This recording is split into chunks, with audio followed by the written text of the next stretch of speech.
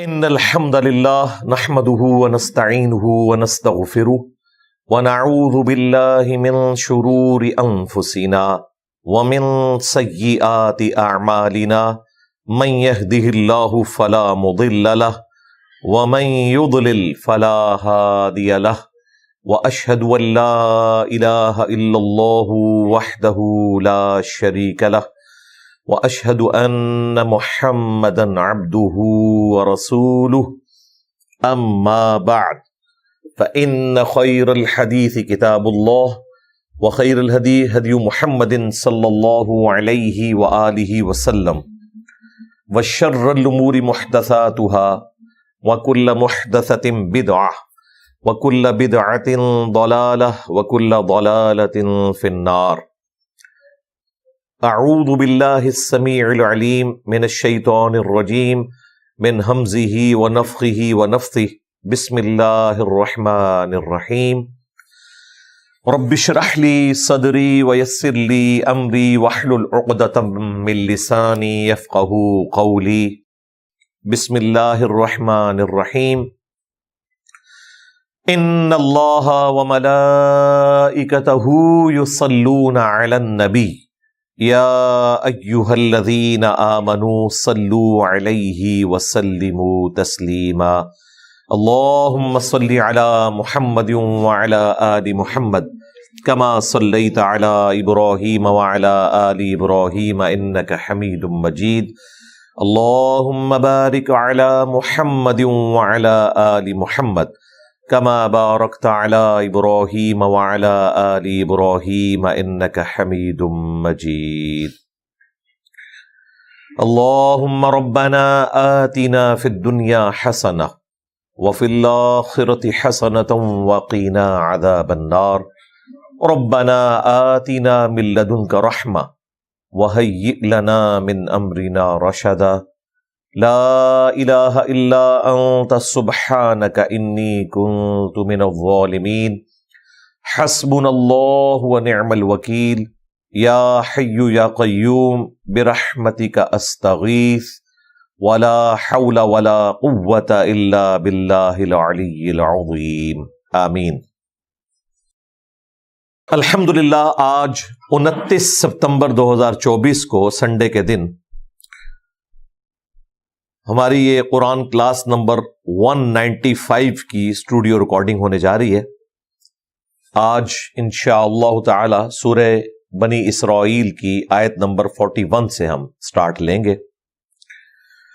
اعوذ باللہ من الشیطان الرجیم بسم اللہ الرحمن الرحیم وَلَقَدْ صَرَّفْنَا فِي هَذَا الْقُرْآنِ، اور بے شک ہم نے قرآن میں مختلف قسم کی مثالیں بیان کی، مختلف انداز سے ہم نے بات کو سمجھایا، لِيَذَّكَّرُوا، تاکہ لوگ نصیحت حاصل کریں، وَمَا يَزِيدُهُمْ إِلَّا نُفُورًا، لیکن اینڈ رزلٹ یہ نکلا کہ سوائے ان کی سرکشی میں اضافہ ہونے کے اور نفرت میں بڑھنے کے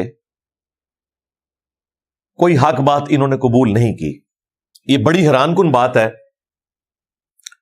کہ سمجھانے والا اللہ ہے اور کتاب اس نے اپنے نبی پر نازل کی، اور آپ صلی اللہ علیہ وآلہ وسلم کا اخلاق پر مبنی انداز، اس کے باوجود اللہ تعالیٰ کہہ رہا ہے کہ سلیبس بھی بہترین، نازل کرنے والا بھی سب سے اعلیٰ عرفہ، اور جو ہستی اس دعوت حق کو آگے پہنچا رہی ہے اس کے اخلاق میں بھی کوئی جھول نہیں۔ اس کے باوجود جب جب قرآن کے ذریعے سمجھایا گیا تو ان کی سرکشی میں اضافہ ہی ہوتا چلا گیا۔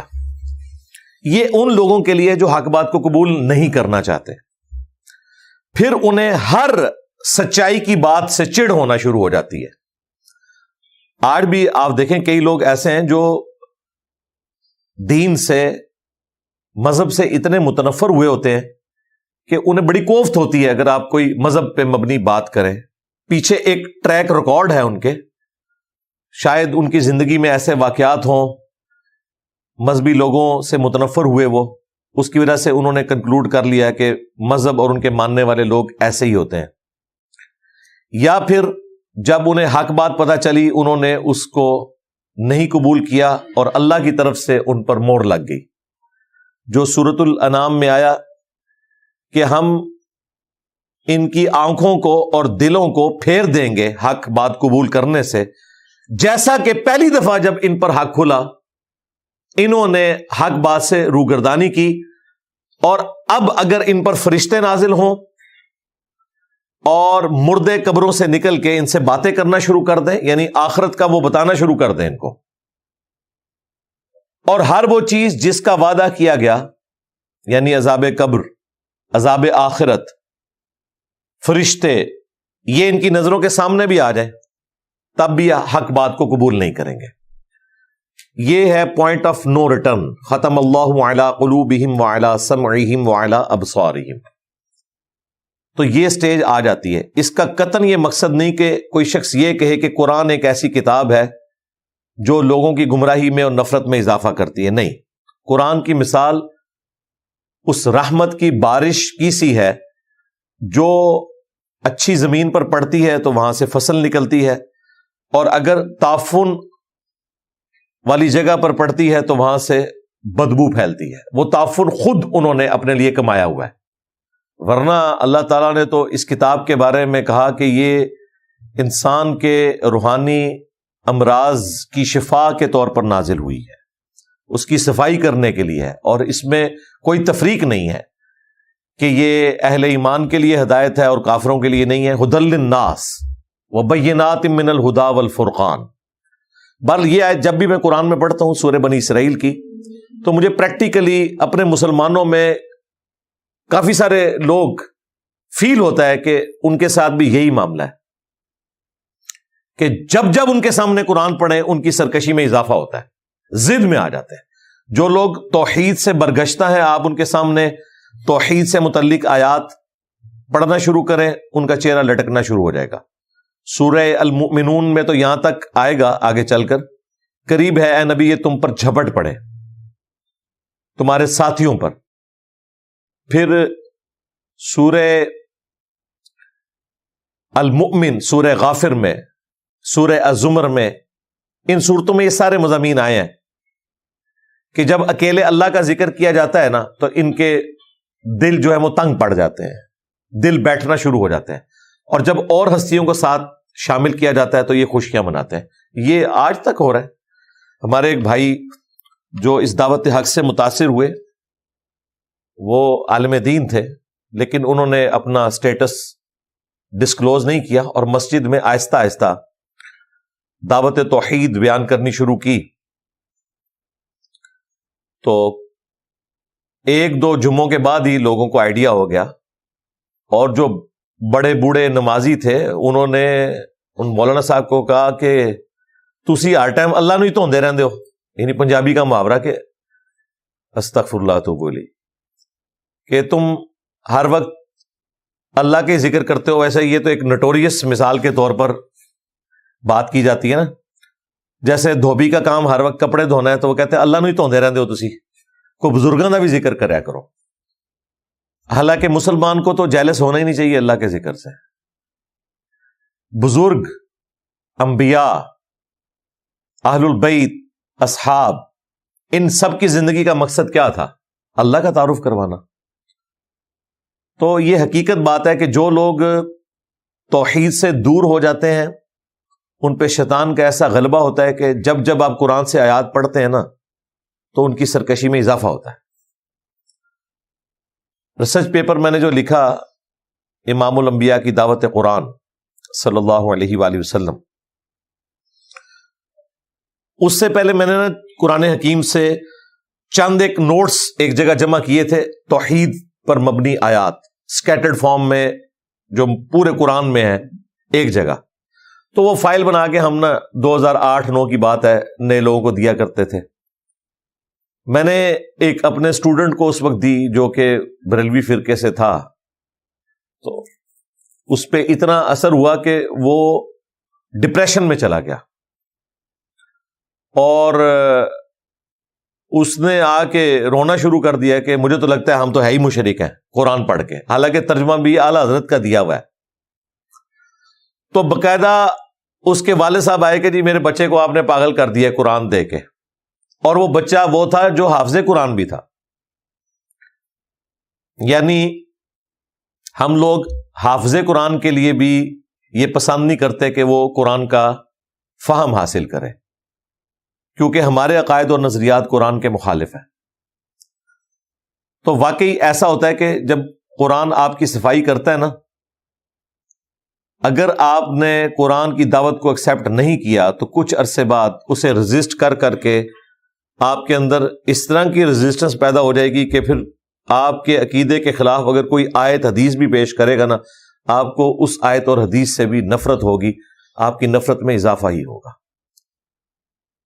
اللہم ثبتنا علی القرآن، آمین. اب میرے بھائیو، یہ جو اگلی آیت ہے یہ وننس آف گاڈ کے اوپر قرآن حکیم میں 3 مقامات کے اوپر ایکسٹراڈنری گفتگو ہوئی ہے. ان میں سے ایک مقام ہے قُل لَوْ كَانَ مَعَهُ آلِهَةٌ، اے نبی ان سے فرماؤ کہ اللہ کے ساتھ اگر کوئی اور معبود بھی ہوتا، پیرلل میں ایک سے زیادہ خدا ہوتے، کما یقولون، جیسا کہ یہ کہتے ہیں، اذا لابتغوا الى ذی العرش سبیلا، تو یقیناً وہ اللہ کے عرش کی طرف کوئی راستہ تلاش کرتا تاکہ اس تخت حکومت پہ قبضہ کر لے. دنیا میں بھی ایسے ہوتا ہے نا کہ امپائرز کیسے کھڑی ہوتی ہیں. چھوٹی امپائرز جو ہیں ان میں سے کوئی دلیر بادشاہ اٹھتا ہے اور وہ کسی بڑی امپائر کو شکست دے کے اس کے تخت پہ قبضہ کر لیتا ہے، پھر مزید اپنی امپائر کو بڑھاتا ہے. یہ ہو نہیں سکتا کہ ایک سے زیادہ امپائرز ہوں اور وہ آپس میں لڑیں نہ. تو اللہ تعالیٰ نے ان کی مثال میں انہیں سمجھایا کہ اگر تم یہ سمجھتے ہو کہ اللہ کے ساتھ اور ہستیاں بھی ہیں جو معبود ہیں، تو دنیا میں بھی ایسا ہی ہوتا ہے کہ ایک سے زیادہ اگر بادشاہ ہوں تو وہ آپس میں لڑتے ہیں ایک دوسرے کا تخت حکومت چھیننے کے لیے. اگر اللہ کے ساتھ کوئی اور الہ ہوتا، 2 بھی ہوتے ٹوٹل، تو وہ اللہ تعالیٰ کے عرش کی طرف ضرور جاتا تاکہ اس کے اوپر قبضہ کر لے. الٹیمیٹلی اس طرح کی آیات سے یہ رزلٹ نکلا کہ پوری کائنات جو اتنی ہارمنی سے چل رہی ہے، یہ اس بات کا ثبوت ہے کہ اللہ کے ساتھ کوئی اور الہ نہیں ہے. ورنہ تو ہر وقت فساد ہی رہتا، جس طرح دنیا میں آپ کو نظر آ رہا ہے، کیونکہ اللہ نے دنیا میں کھلی چھٹی دی ہوئی ہے. ایک تو یہ مقام ہے سورہ بنی اسرائیل کا. سورۃ الانبیاء میں بھی ایک آیت آئے گی، اس میں الفاظ یہ ہے کہ اللہ کے ساتھ اگر کوئی اور معبود ہوتا تو کائنات کا نظام درہم برہم ہو جاتا. ہر وقت لڑائی جھگڑا. ایک گھر کے اندر اگر 2 طاقتور لوگوں میں ڈفرنس آف اوپینین ہو تو دنگا فساد شروع ہو جاتا ہے، 2 بھائیوں میں لڑائی شروع ہو جاتی ہے. اور تیسرا مقام سورہ المؤمنون میں آیا کہ اگر اللہ کے ساتھ کوئی اور معبود ہوتا تو جھگڑے کی صورت میں ہر معبود اپنی اپنی مخلوق لے کے الگ ہو جاتا کہ ٹھیک ہے جی، آج کے بعد بٹوارا ہو گیا، یہ پلانٹ ارتھ کا اتنا حصہ میرا، اتنا تیرا، تو اپنے بندے وہاں آباد کر، میں اپنے بندے یہاں آباد کروں گا. یہ 3 آیات بڑی کریٹیکل ہیں. سورہ بنی اسرائیل کی آیت کہ اگر اللہ کے ساتھ کوئی اور الہ ہوتا تو عرش کی طرف راستہ تلاش کرتا تخت حکومت پہ قبضہ کرنے کے لیے. کوئی نہیں کر رہا، مراد یہ کہ ایک رب ہے. سورۃ الانبیاء، اگر اللہ کے ساتھ کوئی اور معبود ہوتا تو اس کائنات کا نظام درم برم ہو جاتا، کیونکہ مائنڈ ایک نہ ہوتا، 2 مائنڈ ہوں گے تو آپس میں ٹکرائیں گے. انبیاء بھی آپس میں اختلاف رائے کر لیتے ہیں.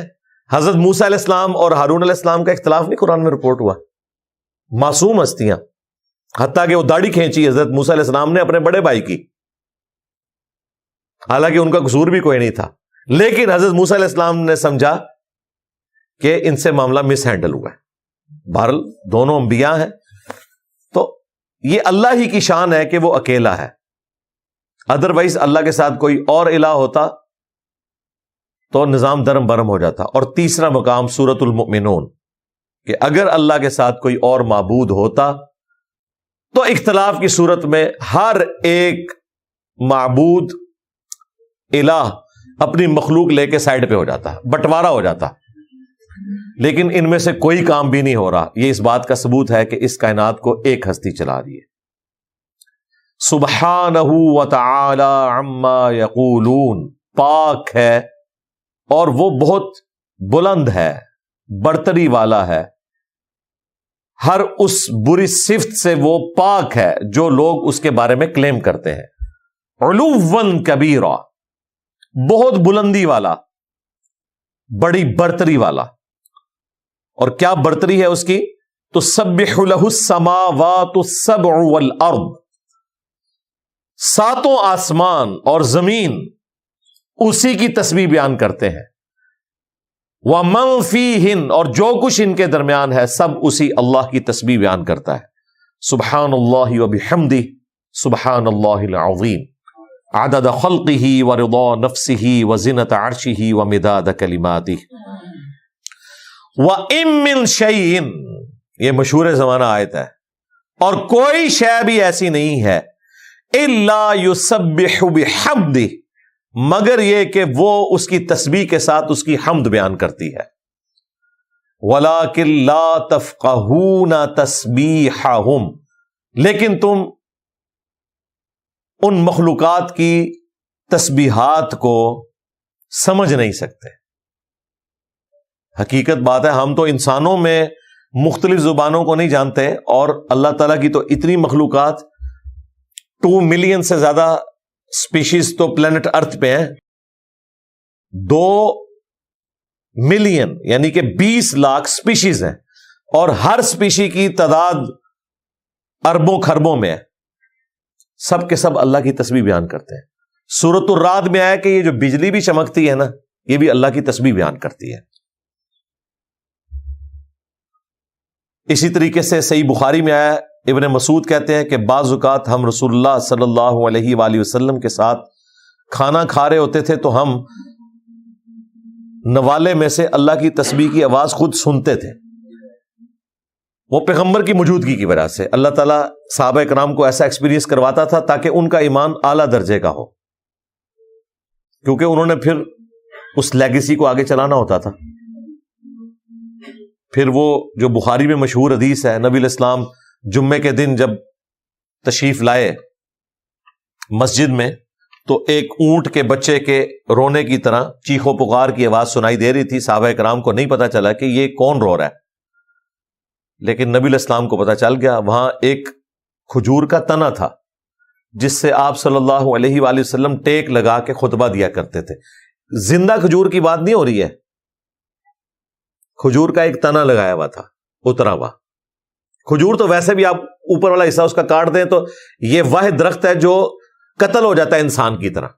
باقی درختوں کو آپ کاٹتے ہیں نا تو اس کی نئی شاخیں نکلتی ہیں، لیکن کھجور کا اگر آپ اوپر والا گلا کاٹ دیں نا جہاں فروٹ ہے تو وہ قتل ہو جاتا ہے، پھر وہ ایک ٹونڈی رہ جاتی ہے، کچھ بھی نہیں اس پہ۔ ایک بڑا غیر معمولی درخت ہے، تو وہ پھر استعمال ہوتا تھا جس طرح آج کل آپ یہ بیم ڈالتے ہیں چھتوں میں، تو وہ اس وقت استعمال ہوتا تھا۔ اسی طریقے سے چھوٹے تنے جو ہیں وہ ٹیک لگانے کے لیے۔ تو بخاری میں آتا ہے ایک مدینہ شریف میں کوئی انصاری عورت تھی، اس نے نبی علیہ السلام کو گفٹ کیا ایک ممبر۔ تو وہ پہلا جمعہ تھا، آپ ممبر پہ تشریف فرما ہوئے، تو آپ کے ممبر پہ چڑھنے سے پہلے ہی اس نے شور مچا دیا۔ اسے پتا چل گیا کہ بھئی یہ، پھر نبی علیہ السلام اس کے پاس تشریف لائے، آپ نے اس پہ ہاتھ پھیرا تو وہ سسکیاں لیتا ہوا خاموش ہو گیا۔ یہ نبی علیہ السلام کے معجزات میں سے ہے۔ تو اس سے پتہ چلا کہ یہ مخلوقات بھی کلام کرتی ہیں۔ سو نبی داؤد میں حدیث ہے، نبی علیہ السلام ایک دفعہ ایک انصاری کے باغ میں تشریف لے گئے تو فوراً اونٹ بھاگتا ہوا آیا، آپ کے کان میں ایک بات کی، اور نبی علیہ السلام نے کہا اس کا مالک کی طرح بلایا گیا۔ آپ نے فرمایا کہ یہ تیری شکایت لگا رہا ہے کہ اب میں بوڑھا ہو گیا ہوں تو یہ مجھے نہر کرنے کا ارادہ رکھتا ہے اور مجھ سے زیادہ مشقت لیتا ہے۔ تو انہوں نے کہا یا رسول اللہ میں اب اس کو اللہ کی رضا کی خاطر آزاد کرتا ہوں۔ اچھا آپ دیکھیں اونٹ کو کیسے پتا چلا کہ اللہ کے نبی ہے؟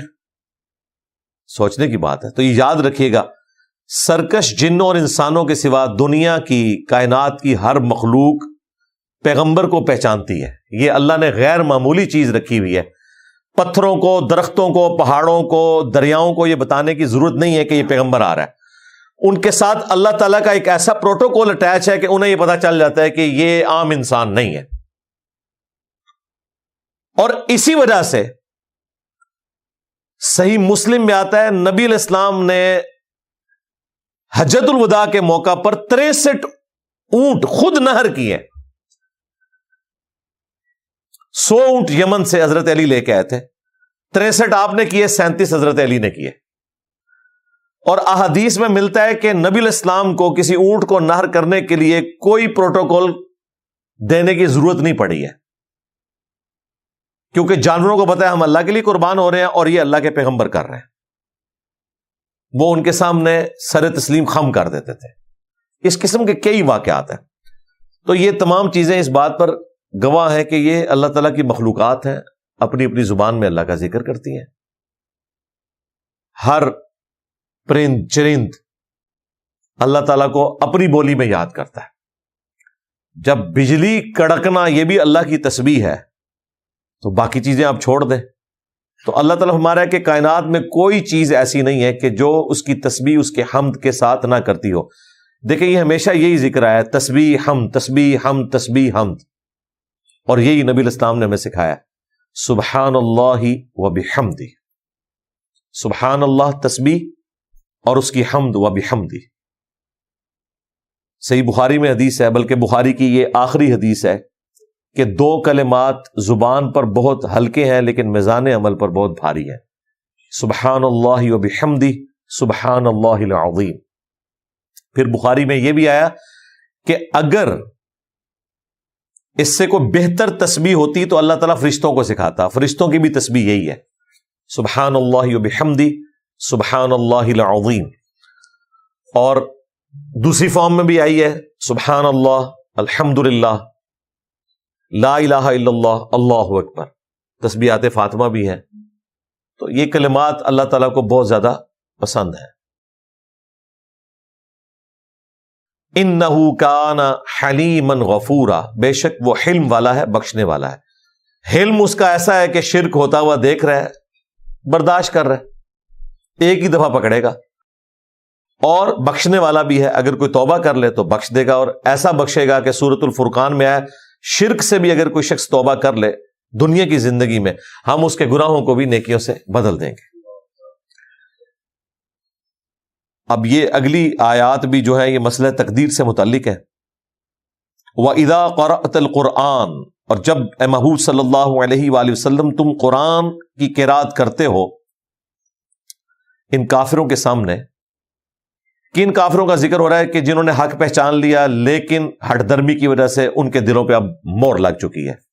تو پھر اللہ تعالیٰ کہتا ہے کہ اب میں نے یہ فیصلہ کر لیا کہ انہیں ہدایت نہیں ملے گی، تو میں کیا کرتا ہوں ایسے لوگوں کے لیے، جعلنا بینک وبین الذین لا یؤمنون بالآخرہ، ہم بنا دیتے ہیں ان لوگوں اور تمہارے درمیان. کون سے لوگ؟ لا یؤمنون بالآخرہ، جو آخرت کو نہیں ماننے والے، جان بوجھ کے انکار کر رہے ہیں نفس کی پیروی کی وجہ سے، اپنی مرضی کی زندگی گزارنے کی وجہ سے. حجابا مستورا، ایک ایسا پردہ جو نظر نہیں آتا. وجعلنا علی قلوبہم اکنہ، اور ان کے دلوں پر ہم غلاف چڑھا دیتے ہیں، ان یفقہوہ، کہ وہ بات کو سمجھ سکیں. انہیں نہیں سمجھ آئے گی، ہم ان کے دلوں پر غلاف چڑھا دیتے ہیں. آپ کی بات اور ان کے درمیان ایک ایسا پردہ آ جاتا ہے، بات سمجھتے نہیں. وفی آذانہم وقرا، اور ان کے کانوں میں بھی جیسے روئی ڈال دی جائے کہ ان کے اندر تک بات ہی نہ جائے، یہ ان کی حالت ہوتی ہے. وَإِذَا ذَكَرْتَ رَبَّكَ فِي الْقُرْآنِ، اور جب آپ اپنے رب کا ذکر کرتے ہیں قرآن میں تلاوت کے ذریعے، وحدہ، اکیلے رب کا، وَلَّوْا عَلَىٰ أَدْبَارِهِمْ نُفُورًا، تو وہ پیٹھ پھیر کر بھاگتے ہیں اور ان کی نفرت میں اضافہ ہی ہوتا ہے، جو میں پہلے ڈسکس کر چکا. سورہ المؤمن، سورہ غافر میں بھی آیا کہ جب اکیلے اللہ کا ذکر کیا جاتا ہے تو ان کے دل تنگ ہونا شروع ہو جاتے ہیں، اور جب اور ہستیوں کو شامل کیا جاتا ہے پھر یہ خوشیاں مناتے ہیں۔ نحن اعلم بما يستمعون به، ہم خوب جانتے ہیں کہ کس مقصد کے لیے یہ آ کے آپ کی باتیں سنتے ہیں، جو آپ قرآن تلاوت کر رہے ہوتے ہیں اسے سنتے ہیں۔ اذ یستمعون الیک، جب یہ آپ کی طرف کان لگائے ہوتے ہیں نا، وَإِذْ هُمْ نَجْوَىٰ، اور جب یہ آپس میں پھر سرگوشیاں کر رہے ہوتے ہیں، کیا کہتے ہیں؟ اذ یقول الظالمون، تو پھر یہ ظالم لوگ آپس میں باتیں کرتے ہوئے کہتے ہیں ان تتبعون الا رجلا مسحورا، کہ تم لوگ تو پیروی نہیں کر رہے مگر ایک ایسے شخص کی جس پر جادو ہوا ہے۔ یعنی وہی گالی، کبھی مجنون کہتے تھے، کبھی کہتے تھے جادو ہو گیا ہے، کبھی کہتے تھے پریشان خواب ہے، کبھی کہتے تھے اگلے لوگوں کی کہانیاں ہیں جو صبح و شام اس پہ پڑھی جاتی ہیں، کبھی کہتے تھے کوئی اجمی غلام ہے جو انہیں یہ سکھاتا ہے، کبھی کہتے تھے پریشان خواب ہیں، نعوذ باللہ۔ تو اس میں یہ بھی الزام انہوں نے لگا دیا تھا کہ ان کو کوئی اثر ہو گیا دماغ کے اوپر جس کی وجہ سے اس طرح کی یہ باتیں کرتے ہیں، حالانکہ جس شخص کے دماغ پہ اثر ہو وہ اتنی انٹلیکچوئل گفتگو کرتا ہے، اور پھر ایسی گفتگو، ایسا کلام اس شخص کی مبارک زبان سے نکلنا جو امی ہے، جو دنیا میں کسی سے پڑھا نہیں ہے، اور وہ اعلان نبوت سے پہلے اپنے دائیں ہاتھ سے کچھ لکھتا بھی نہیں ہے، ورنہ کوئی شخص بہانہ بنا سکتا تھا کہ جو شخص لکھنا پڑھنا جانتا ہے، کسی فلاسفر کا شاگرد ہے، کسی شاعر کے پاس بیٹھتا ہے تو اس نے یہ مہارت حاصل کر لی ہے۔ نہیں، سورہ یونس میں آیا کہ اے نبی ان سے فرماؤ اتنا عرصہ تم میں رہوں، تم نے کوئی اس طرح کی بات پہلے مجھ سے کبھی سنی ہے؟ یہ بڑی امپورٹنٹ بات ہے۔ اس کا مطلب ہے نبی علیہ السلام نے پوری زندگی کبھی بھی اس طرح کی گفتگو کی نہیں ہوئی تھی، ورنہ لوگ کہتے ہیں ہاں یار یہ تو بچپن سے ہی کہتا ہے ایک اللہ کو مانو، آپ موحد تھے لیکن آپ نے کبھی اس کی دعوت نہیں دی۔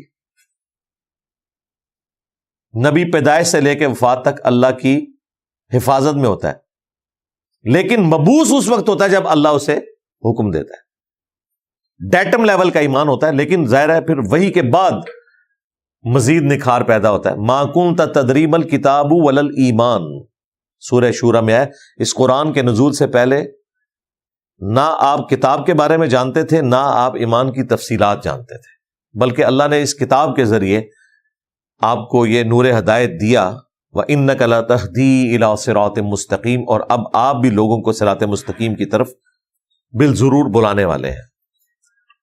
تو نبی علیہ السلام کے بارے میں اس طرح کا کلیم کرنا کہ وہ نعوذ باللہ جادوگر تھے، تو یہ فٹ ان نہیں بیٹھتا۔ آپ علیہ السلام ایک ڈائنامک آدمی تھے، کبھی کسی فلاسفر کی شاگردگی نہیں کی، ایک کامیاب تاجر تھے، مکے کی ایک امیر ترین عورت آپ کی بیوی تھی، نارمل لائف گزر رہی تھی۔ بس 40واں سال شروع ہے آپ کی زندگی کا، چند دنوں کے لیے غار حرا میں گئے ہیں، وہ اللہ نے انہیں گائیڈ کیا، یہ 40ویں سال کی بات ہے، اور پھر وہاں پہ وہی نازل ہوئی اور پھر ایک سلسلہ شروع ہو گیا۔ اسی لیے سورہ یونس میں آیا کہ اے نبی ان سے فرماؤ میں اتنا عرصہ تم میں رہا ہوں، کبھی مجھ سے پہلے اس طرح کی گفتگو تم نے سنی تھی؟ یہ اس بات کا ثبوت ہے کہ یہ اللہ کی طرف سے وہی ہوا ہے، یہ عام کلام نہیں ہے۔ اور سورۃ العنکبوت میں آیا کہ اس قرآن کے نزول سے پہلے نہ تو آپ کتاب میں سے کچھ پڑھ سکتے تھے اور نہ اپنے دائیں ہاتھ سے کچھ لکھ سکتے تھے، ادروائز یہ چیز کافروں کو دھوکے میں ڈال دیتی کہ یہ کتاب آپ نے خود گھڑ دی ہے، نعوذ باللہ۔ آپ کا امی ہونا یہ معجزہ ہے، عام شخص کے حق میں یہ چیز نٹوریس سمجھی جاتی ہے، لیکن پیغمبر کے حق میں یہ معجزہ ہے۔ اگلی الہامی کتابوں میں آپ کا ذکر ہی امی کی حیثیت سے ہے کہ آپ وہ پیغمبر ہیں کہ جو کسی سے پڑھے ہوئے نہیں ہوں گے، اس کے باوجود ایسا کلام لے کے آئیں گے کہ بڑے بڑے شاعروں کی بولتی بند ہو جائے گی، اور وہ کلام ڈائریکٹ ان کے دل پہ نازل ہوگا۔ اگلے انبیاء کو صحیفے دیے گئے، موسیٰ علیہ السلام کو تختیوں پہ دیا گیا پورا صحیفہ تورات کی شکل میں، نبی علیہ السلام کو کوئی ریٹن چیز نہیں دی گئی، آپ کے سینے پہ نازل ہوا، آپ امی تھے، اور یہ چیز آپ کی فضیلت۔ تو اللہ تعالیٰ فرما رہا ہے کہ یہ کہتے ہیں کہ ایک جادو زدہ شخص ہے جس کی تم پیروی کرتے ہو، نعوذ باللہ۔ انظر کیف ضربوا لک الامثال، اے محبوب دیکھو تمہارے لیے کیسی مثالیں یہ بیان کرتے ہیں۔ فضلوا، پس یہ گمراہ ہو گئے۔ فلا یستطیعون سبیلا، تو اب یہ راستہ نہیں پا سکتے کیونکہ یہ تو ہٹ درمی پہ اڑے ہوئے ہیں۔ اللہ تعالیٰ نے ان کی ہٹ درمی کی وجہ سے انہیں راست سے ہٹا دیا ہے۔ وقالوا، اور یہ کہتے ہیں اذا كنا عظاما ورفاتا، کہ جب ہم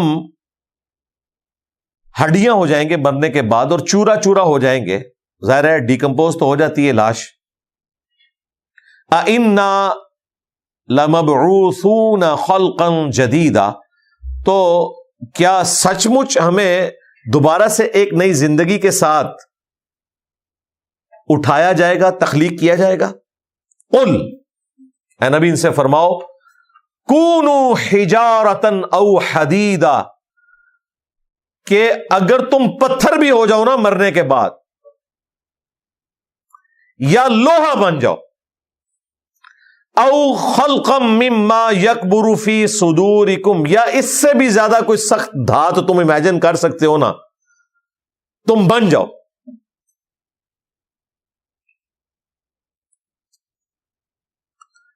یعنی کہ پتھر بن جاؤ، لوہا بن جاؤ، یا اس سے بھی زیادہ کوئی سخت چیز بن جاؤ، تب بھی اللہ تعالیٰ تمہیں مرنے کے بعد زندہ کر لے گا۔ تم کہہ رہے ہو چورا چورا ہوگے تو کیسے زندہ ہوں گے؟ تم پتھر بھی بن جاؤ نا، اس پتھر میں بھی اللہ تعالیٰ زندگی ڈال کے تمہیں دوبارہ سے زندہ کر لے گا۔ فَسَيَقُولُونَ مَن يُعِيدُنَا، تو یہ پھر کہیں گے کہ ہمیں وہ دوبارہ کون پیدا کرے گا مرنے کے بعد؟ قُلِ الَّذِي فَطَرَكُمْ أَوَّلَ مَرَّةٍ، اے نبی ان سے فرماؤ وہی پیدا کرے گا جس نے تمہیں پہلی دفعہ پیدا کیا تھا۔ پہلی دفعہ کام کرنا مشکل ہوتا ہے، دوبارہ کرنا مشکل نہیں ہوتا، ایکسپیرینس آ جاتا ہے۔ تو جس ہستی نے تمہیں پہلی دفعہ پیدا کر لیا ہے وہ دوبارہ پیدا کرنے پر بھی قادر ہے۔ فَسَيُنْغِضُونَ إِلَيْكَ، تو وہ پھر اب مسخرے پن کے ساتھ تمہاری طرف دیکھیں گے جب تم یہ جواب دو گے نا، رؤوسہم، اپنے سر کو ہلا کر، وَيَقُولُونَ مَتَىٰ، اور پھر وہ کہتے ہیں کہ اچھا چلو یہ تو ہو گیا، اب بتاؤ وہ قیامت کب آئے گی؟ اگلا سوال، ایک سوال کا جواب تھے، اگلی گل۔ قُلْ عَسَىٰ أَن يَكُونَ قَرِيبًا، اے نبی تم فرماؤ قریب ہے کہ وہ قیامت تمہارے بالکل پاس آ چکی ہو۔ باقی جگہوں پر آیا کہ قُلْ إِنَّمَا الْعِلْمُ عِندَ اللَّهِ وَإِنَّمَا أَنَا نَذِيرٌ مُبِينٌ، اے نبی یہ تم سے پوچھتے ہیں کہ وہ قیامت کا دن کب آئے گا جس کا وعدہ دیا جاتا ہے، تم فرماؤ اس کا علم اللہ کے پاس ہے، میں تو نہیں مگر صاف ڈر سنانے والا۔ یہاں پر بھی یہ کہا گیا ہو سکتا ہے قریب ہو، مجھے کیا پتا، اس اعتبار سے تو قریب ہے جو بخاری مسلم میں حدیث ہے کہ جو مر گیا اس کی قیامت قائم ہو گئی، اس کے لیے تو قیامت آخرت کی زندگی شروع ہو چکی۔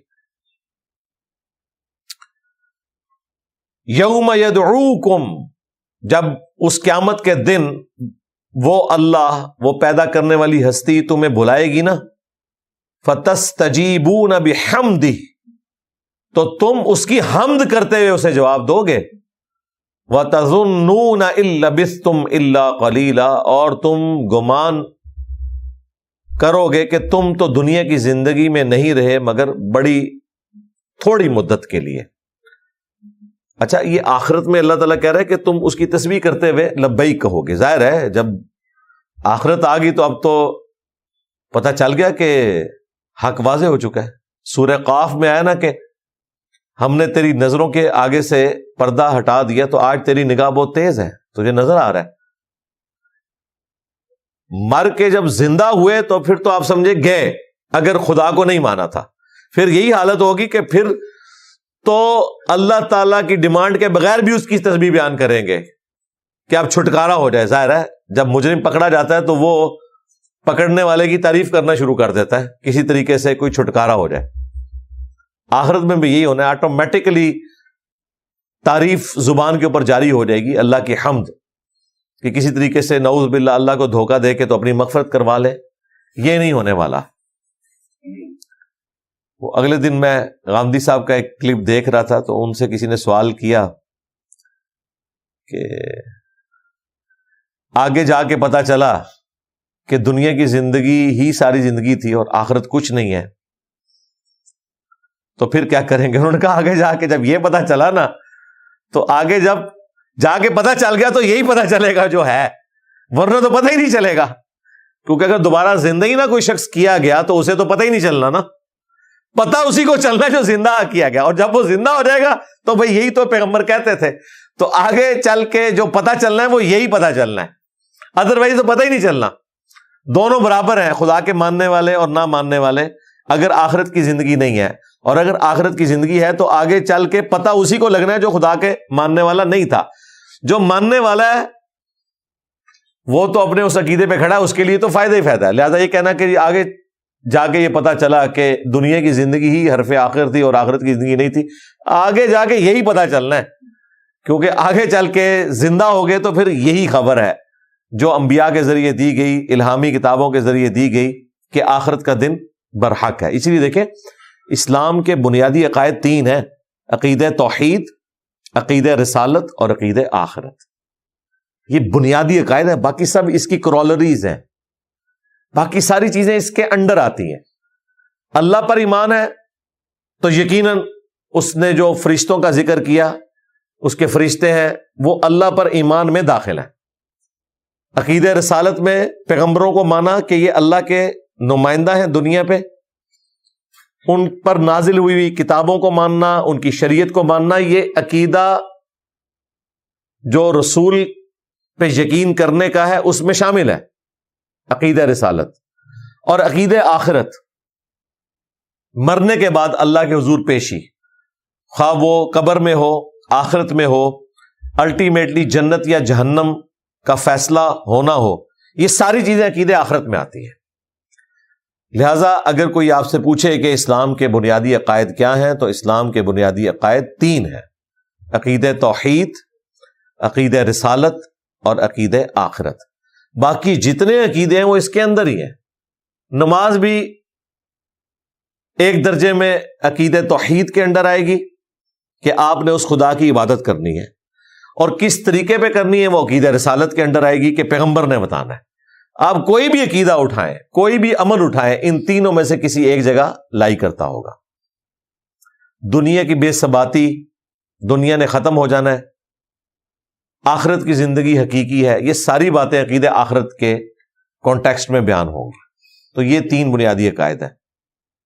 تو مشرکین عرب میں ایسے لوگ بھی تھے جو اللہ کو مانتے تھے لیکن ساتھ شرک کرتے تھے، اور ایسے لوگ بھی تھے جو اللہ کو ماننے کے باوجود قیامت کے دن کو نہیں مانتے تھے، اور ایسے بھی تھے جو کہتے تھے کہ اگر بالفرض قیامت آئی تو جس اللہ نے ہمیں یہاں اتنا کچھ دیا ہے وہاں پہ بھی ہمیں وہی کچھ مل جائے گا، یہ بھی تو ہمیں بغیر محنت کے ملا ہے نا۔ تھوڑی بہت جو محنت انسان کرتا ہے وہ اپنی جگہ، لیکن جو سرکمسٹانسز ہے وہ تو اللہ دیتا ہے نا۔ تو آخرت میں بھی سرکمسٹانسز ہمیں دے دے گا فیوریبل، لیکن آخرت میں ایسا نہیں ہوگا، کیونکہ دنیا میں جس نے پیغمبروں کا انکار کیا اس کی آخرت کی زندگی برباد ہوگی۔ دنیا میں جو شخص اللہ کی مرضی کی زندگی گزارے گا، آخرت اس کی مرضی کی ہوگی، لیکن جس نے دنیا اپنی مرضی کی گزاری، آخرت پھر اللہ کی مرضی کی ہوگی، یعنی کہ عذاب کی شکل میں، نعوذ باللہ۔ اللہم اجرنا من النار، آمین۔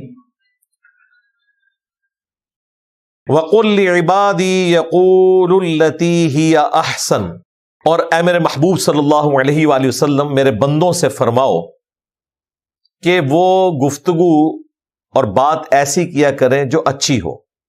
کیوں؟ ان الشیطان ینزغ بینہم، بے شک شیطان ان کے آپس میں فساد ڈال دیتا ہے۔ یہ بعض لوگوں کو بڑی عادت ہوتی ہے ہر بات کا مذاق اڑانا، ہر بات پہ دوسروں کو ٹیز کرنا، اور بسا اوقات دوسرے لوگ کہہ رہے ہوتے ہیں کہ بھائی یہ بات مجھے بری لگ رہی ہے، میں اسے مزاح کے طور پر نہیں لے رہا، مجھے تکلیف ہوتی ہے، پلیز میرے ساتھ مذاق نہ کریں، لیکن وہ جان بوجھ کے اس ایکٹیویٹی کو بار بار ریپیٹ کرتے ہیں، پھر ایک دن پوائنٹ آف نو ریٹرن آ ہی جاتا ہے۔ یہ اگلے دنوں ایک پوسٹ فیس بک پہ کسی نے شیئر کروائی تھی، مجھے کسی نے ای میل بھیجی۔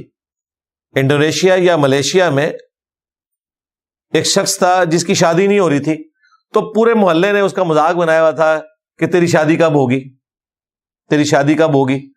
بھائی کتنا عرصہ کوئی سنے گا؟ ایک دن وہ غصے میں آیا، اب اس کی موت لکھی ہوئی تھی سامنے والے کی، اس نے وہ مذاق کیا، اس نے اسے قتل کر دیا. جی ہاں، لہذا بات کرتے ہوئے احتیاط کیا کریں. ہر وقت ہر بات کا ایک رزلٹ نہیں نکلتا. کسی وقت کوئی شخص غصے کی حالت میں ہو سکتا ہے، یا اس کا وہ تھریش ہولڈ پوائنٹ آ جائے اور وہ ایکٹیویٹی پرفارم کر لے. اسی لیے قرآن پاک میں اللہ تعالیٰ نے ایک تو برے القابات رکھنے سے منع کیا ہے، دوسرا یہاں پہ دیکھیں اللہ تعالیٰ نے فرمایا کہ بات اچھے طریقے سے کرو، کیونکہ بری گفتگو جو ہے نا وہ شیطان یوٹیلائز کرتا ہے اور آپس میں فساد ڈلوا دیتا ہے. ان الشیطان کان للانسان عدوا مبینا، بے شک شیطان انسان کا کھلا دشمن ہے، یہ کوئی چھپا ہوا دشمن نہیں ہے. وہ ایسے موقعوں کی تلاش میں رہتا ہے، وہ چیزیں جمع ہوتی رہتی ہیں اور ایک دن بم پھٹتا ہے جی، اور لوگ کہتے ہیں پتہ نہیں جناب انہوں کیا ہوا، چنگا پلا سی. وہ چنگا پلا نہیں سی، وہ چیزیں جمع ہو رہی تھی.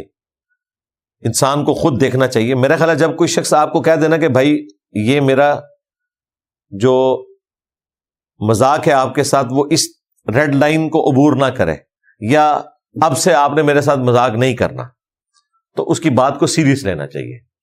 بعض اوقات لوگ نہیں لیتے، اور خصوصاً آپ بچپن میں اپنی کلاس میں کئی ایسے بچوں کو جانتے ہوں گے. میں تو اب یاد کر کر کے نا بڑا پریشان ہوتا ہوں. میں تو اپنے بچوں کو یہ بتاتا رہتا ہوں کہ کلاس میں آپ نے کسی کا مذاق نہیں اڑانا. ہمیں اس طرح کی باتیں نہیں سکھائی جاتی تھی، اتنا ویژن ہی لوگوں کا نہیں ہوتا تھا، بلکہ وہ بچہ جو کلاس میں دوسرے بچوں کا مذاق اڑاتا ہے نا، اسے سمجھا جاتا تھا کہ یہ بڑا انٹیلیجنٹ بچہ ہے، یہ خوبی کے طور پر مانا جاتا تھا. اور جس بچارے کا مذاق اڑایا جاتا تھا اس کا تو مینٹل ماڈل ہی بعض اوقات بدل جاتا ہے پوری زندگی کے لیے. کئی اسکولوں میں ایسے بچے ہیں وہ آگے پڑھ ہی نہیں پاتے. ہر بندے کی قوت برداشت ایک جیسی نہیں ہوتی ہے. بعض لوگ برداشت کر لیتے ہیں، بعض لوگ نہیں کرتے. اس طریقے سے کوئی شخص زیادہ موٹا ہے، اسے لوگ چھیڑتے ہیں بار بار. چلے کبھی کبھار کوئی ایک بات ہوگی، لیکن اس کا نام ہی وہ رکھ دینا اور ہر موقع پر اس کے اوپر اس طرح کا کوئی جملہ کس دینا، یہ بالکل غلط بات ہے. ٹھیک ہے، اگر آپ کو کوئی بات بری لگ رہی ہے، آپ نے ایک دفعہ سمجھا لی، ٹھیک ہے، دیٹس آل. اب لٹ لے کے اس کے پیچھے پڑ جانا کہ میں اسے ہدایت دے کے رہوں گا، یہ بڑی سخت زیادتی والی بات ہے، کیونکہ اس سے لوگ پھر چڑھتے ہیں. ایون آپ جو دین کی دعوت بھی دے رہے ہوتے ہیں نا، وہ زبردستی اس میں بھی کرنے کی کوشش کریں اور لوگوں کا مذاق اڑانے کی کوشش کریں گے، تو لوگ آپ کی دین کی بات کو بھی سیریس نہیں لیں گے. ہو سکتا ہے آپ دین کی بات کریں اور بعض اوقات لوگ ایسے بھی ہوتے ہیں جو کلمات کفر بھی بول دیتے ہیں. آپ کسی کو زبردستی کہہ رہے ہیں نماز پڑھ، وہ کبھی غصے میں آئے گا نہیں پڑھتا جا. اب وہ نماز کا انکار نہیں بیسیکلی کر رہا، وہ اس بندے کے ایٹیچیوڈ کی وجہ سے کر رہا ہے. یار پیغمبروں کو بھی اللہ تعالیٰ نے کہا ہے وما علینا الا البلاغ، تمہارا کام نہیں سوائے پہنچا دینے کے. دونوں اینگل سے کہا. ایک تو یہ کہا کہ آپ نے اپنے آپ کو مشقت میں نہیں ڈالنا، ما انزلنا علیک القرآن لتشقى الا تذکرۃ لمن یخشی، قرآن اس لیے نازل نہیں ہوا کہ اے نبی آپ مشقت میں پڑ جائیں، یہ تو نصیحت ہے اس کے لیے جو ڈر جائے. اپنے آپ کو آپ نے تنگ نہیں کرنا. اور دوسرا اس اعتبار سے بھی کہہ دیا کہ آپ کا کام صرف پہنچانا ہے، آگے ہدایت دینا آپ کا کام نہیں ہے. نہ آپ زبردستی کسی کو ہدایت دے سکتے ہیں جب تک اس شخص کے اندر خود ہدایت قبول کرنے کا مادہ نہیں ہوگا نا، وہ کبھی بھی حق بال قبول نہیں کرے گا. انک لا تہدی من احببت ولکن اللہ یہدی من یشاء. اے نبی جس سے تم محبت کرتے ہو اسے ہدایت نہیں دے سکتے، جسے اللہ چاہے گا ہدایت دے گا، یعنی جو چاہے گا کہ اسے ہدایت ملے اسے ہدایت مل جائے گی. تو اس لیے بار بار اس چیز کو ایمفسائز کرنا. پھر اس میں بعض اوقات جو نیکوکار لوگ ہیں ان میں بڑا تکبر پیدا ہو جاتا ہے. مسند احمد میں حدیث ہے کہ ایک گنہگار شخص تھا، اس کا بھائی نیکوکار تھا، اور وہ نیکوکار کو اپنی نیکیوں کے اوپر بڑا تکبر تھا، اور وہ اپنے اس بھائی سے ایک دن غصے کی حالت میں کہتا ہے کہ اللہ کی قسم تجھے تو اللہ تعالیٰ کبھی نہیں بخشے گا. بس یہ جملہ اس کا بولنا تھا وہ اللہ تعالیٰ نے نوٹ کر لیا. مرنے کے بعد یہ ہوا کہ گناہگار کو اللہ نے بخش دیا اور اس نیکوکار کو اللہ تعالیٰ نے جہنم میں پھینک دیا اور کہا کہ تو میرے بیاف کے اوپر کس طرح کسی شخص کا فیصلہ کر سکتا ہے؟ یہ تو میرا اختیار ہے کہ میں کسی کے ساتھ آخرت میں کیا معاملہ کروں۔ تو نیکیوں کا ایسا تکبر بھی نہیں ہونا چاہیے کہ انسان دوسرے کو ٹیز کرنا شروع کر دے۔ اس معاملے میں بھی لوگ ٹیز کرتے ہیں، اور بعض لوگوں کو جگت مارنے کی ایسی عادت ہوتی ہے کہ وہ پسے ہوئے جو اس معاشرے کا طبقہ ہے ان کے ساتھ اس طرح کی گفتگو کرنے میں اپنے لیے فخر محسوس کرتے ہیں۔ مجھے بڑی صحیح طرح یاد ہے کہ ہم جب اسکول پڑھتے تھے تو ٹانگے میں اسکول جایا کرتے تھے، تو وہ ٹانگے چلانے والوں میں ایک ٹانگے والا ایسا تھا، وہ بوڑھا، اس زمانے میں بھی اتنے بوڑھے تھے وہ جب ہم اسکول پڑھتے تھے، تو وہ بھی اسی اسکول کی طرف اپنے بچے لے کے آیا کرتا تھا، ہمارا ٹانگے والا دوسرا تھا، لیکن کبھی کبھار ہم اکٹھے بھی جا رہے ہوتے تھے نا، تو یہ نئے بازار سے وہ گزر کے تو وہ جایا کرتے تھے ادھر، یہ جو آپ کا ایف جی اسکول ہے، تو اس کو ہر دکان سے نا آواز لگتی تھی، کھائے ہو واپسی پہ۔ اچھا ہمیں تو اس زمانے میں نہیں پتا تھا کہ یہ کیا بات ہو رہی ہے، اور وہ پورے راستے گالیاں دیتا تھا، اتنی اونچی اونچی گالیاں، حالانکہ اس نے فیمیل اسٹوڈنٹس بھی بٹھائی ہوئی ہوتی تھی۔ ہم کہتے تھے یار اس میں کون سی ایسی بات ہے۔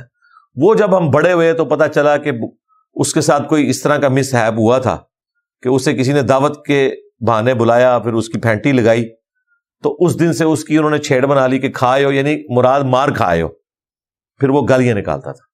اس طرح ہمارے معاشرے میں ایک بڑا مشہور ہے کہ بارش نہیں ہو رہی تو کسی بوڑھے آدمی کے اوپر آپ پانی پھینک دیں گرمیوں میں، پھر وہ آپ کو گالیاں نکالے گا اور بارش ہوگی۔ تو یہ بارشیں پہلے ہوا کرتی تھیں، اب نہیں ہوتی بھائی۔ اب اندر جاتا ہے کوئی پسٹل اٹھا کے سیدھا پھونک دیتا ہے، آپ کو جنت کی بارش میں پہنچا دے گا۔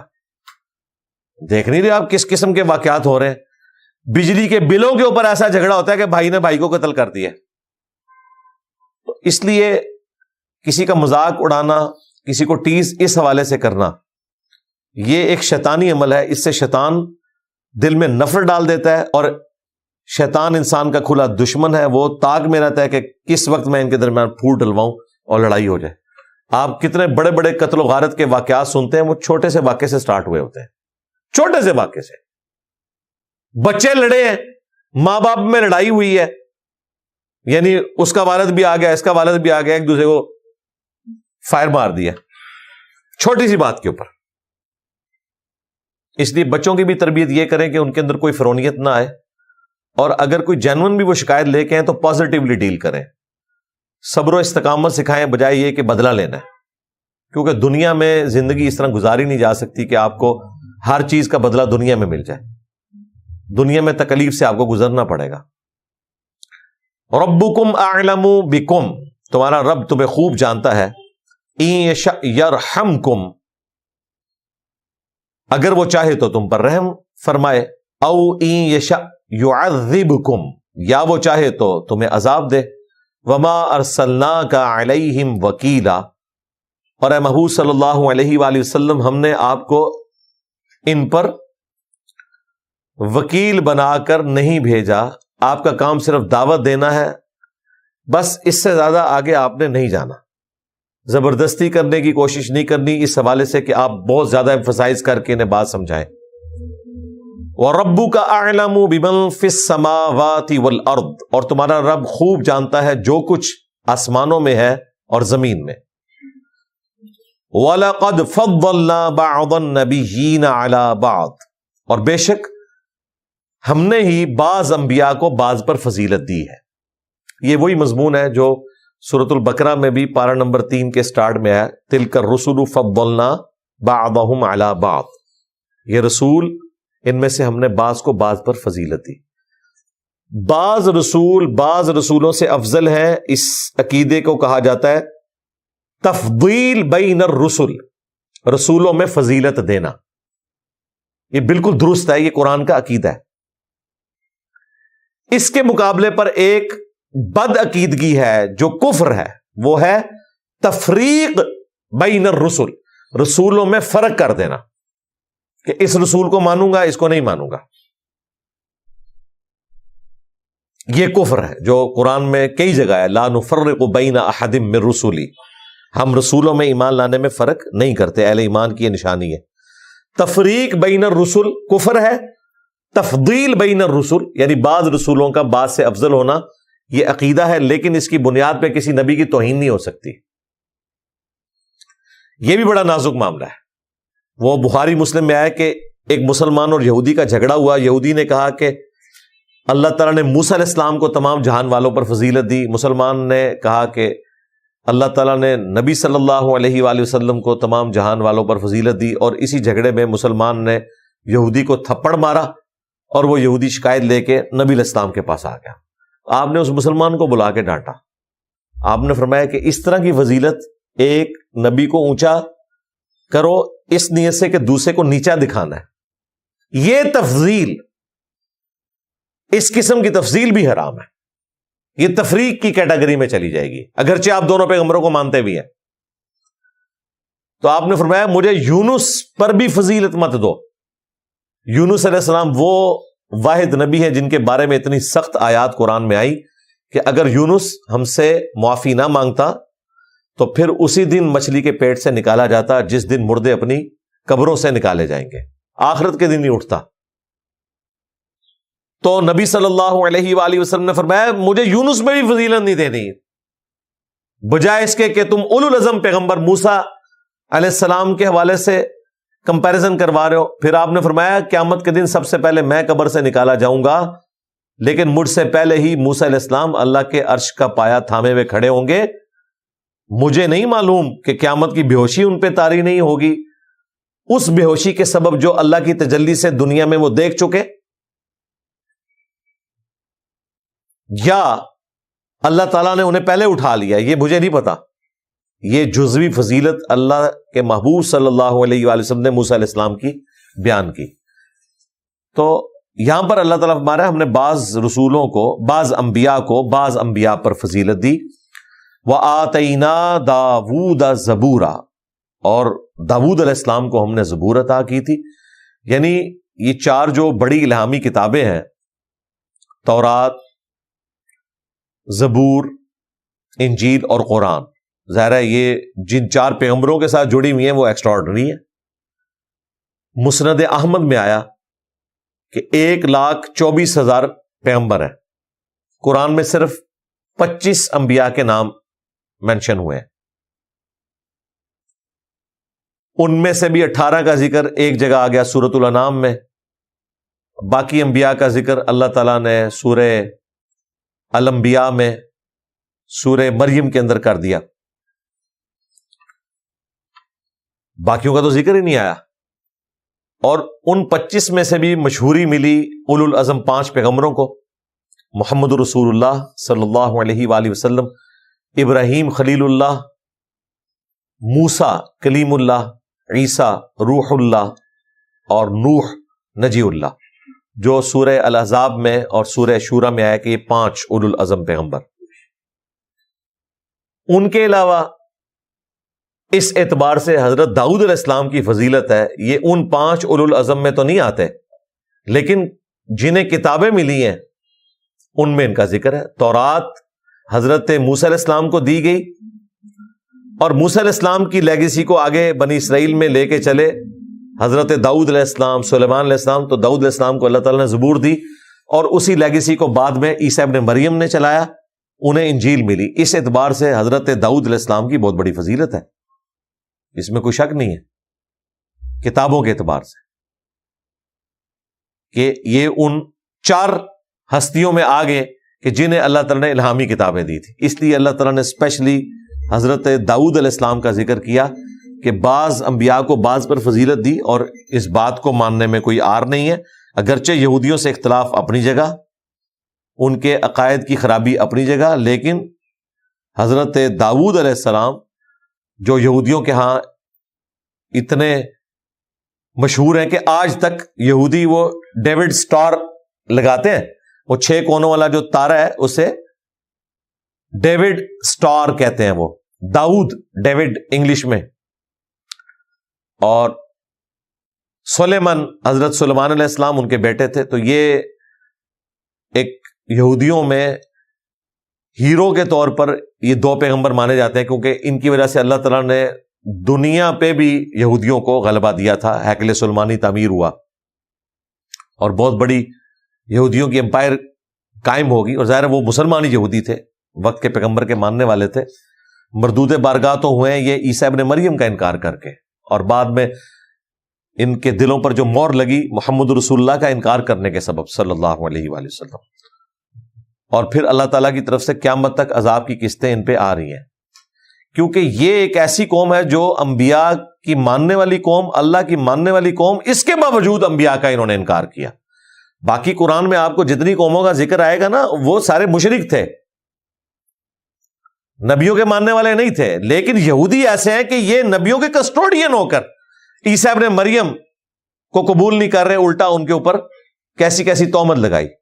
پھر اللہ تعالیٰ نے ان سے بدلہ بھی ایسا لیا ہے کہ وہ آخرت تک بدلہ چل رہا ہے۔ قرآن میں ہے کہ ہم وقتاً فوقتاً تم پر عذابات بھیجتے رہیں گے، اور وہ آتے رہے ہیں۔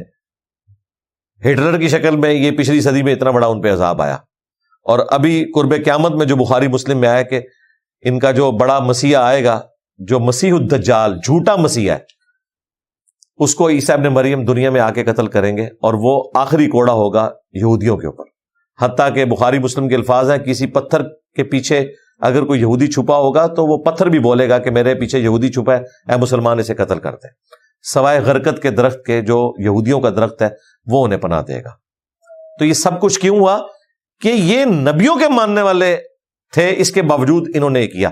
سرکار اس کو ذرا اپنے اوپر بھی آپ فٹ کر لیں کہ بچنا آپ نے بھی کوئی نہیں ہے، کیونکہ آپ بھی نبیوں کے ماننے والے ہیں، اور اتنے بڑے ٹھیکیدار ہیں دین کے کہ یہودی بھی اتنے بڑے ٹھیکیدار نہیں ہیں۔ آپ تو کہتے ہیں کہ ہم ان نبیوں کو بھی مانتے ہیں جن کا انکار یہودیوں نے کیا ہے، ہم تو جیسس کرائسٹ کو بھی مانتے ہیں، اور ہم خاتم النبیین کی امت ہیں، اور ہم اگر الٹا کام کریں گے تو پیچھے آپ ایک قوم دیکھ لیں جن میں 3 کتابیں آئیں، سینکڑوں ہزاروں پیغمبر آئے، ان کا حشر کیا کیا اللہ نے۔ دنیا میں ہمارے نبی کی دعا ہمیں کفایت کر رہی ہے، لیکن آخرت میں اللہ تعالیٰ نے بدلہ لینا ہے۔ وہ حضور کی دعا تھی کہ دنیا میں میری امت پہ کوئی ایسا عذاب نہ آئے کہ یہ ہمیشہ کے لیے ختم ہو جائے۔ تو یہ بڑا خطرناک معاملہ ہے، اللہ تعالیٰ ہمیں راہ حق پر ثابت قدم رکھے۔ سبحانک اللہم وبحمدک، اشہد ان لا الہ الا انت، استغفرک واتوب الیک، وما علینا الا البلاغ المبین۔